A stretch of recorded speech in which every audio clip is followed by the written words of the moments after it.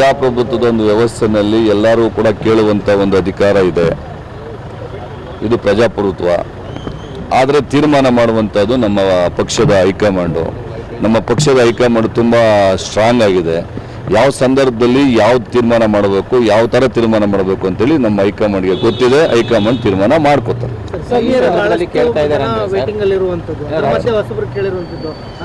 ಈಗ ನಾನು ಮೊದಲೇ ಹೇಳಿದ್ನಲ್ಲ, ಪ್ರಜಾಪ್ರಭುತ್ವ ವ್ಯವಸ್ಥೆಯಲ್ಲಿ ಎಲ್ಲರೂ ಕೂಡ ಕೇಳುವಂಥ ಅಧಿಕಾರ ಇದೆ.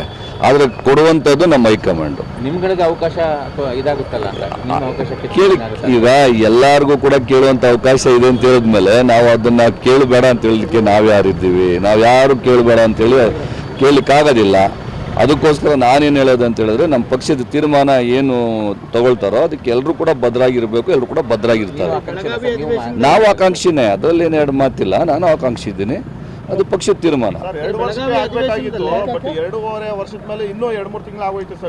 ನೋಡಿ, ಈಗ ನಮ್ಮ ಪಕ್ಷದ ಹೈಕಮಾಂಡು ಅವ್ರಿಗೆ ಪ್ರತಿಯೊಂದು ಮಾಹಿತಿನೂ ಕೂಡ ಎಯಿಂದ ಝೆಡ್ ವರೆಗೂ ಯಾವ ಸಂದರ್ಭದಲ್ಲಿ ಏನು ಮಾಡಬೇಕು ಅಂತ ಗೊತ್ತಿದೆ.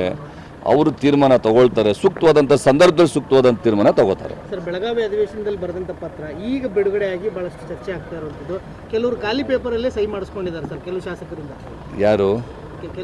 ಈಗ ಅದು ಯಾರು ಸೈನ್ ಮಾಡಿಸಿದ್ದಾರೆ, ಯಾರು ಸೈನ್ ಮಾಡಿಸ್ಕೊಂಡಿದ್ದಾರೆ ಅದ್ರ ಬಗ್ಗೆ ನನಗೆ ಸಂಪೂರ್ಣವಾದಂಥ ಒಂದು ಮಾಹಿತಿ ಇಲ್ಲ. ನಾನು ಮಾಹಿತಿ ಇದ್ದರೆ ಇಮ್ಮಿಡಿಯೇಟಾಗಿ ನಿಮಗೆ ಮಾಹಿತಿ ಕೊಡ್ತಾ ಇದ್ದೆ.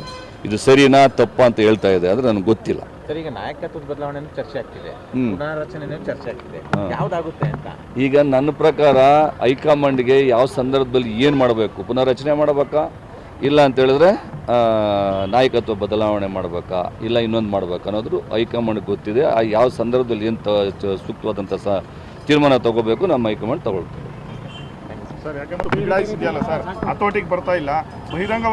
ನೋಡಿ, ನಮ್ಮ ಪಕ್ಷದಲ್ಲಿ ತುಂಬ ಹತೋಟಿ ಇದೆ, ಹೈಕಮಾಂಡ್ ಇದೆ.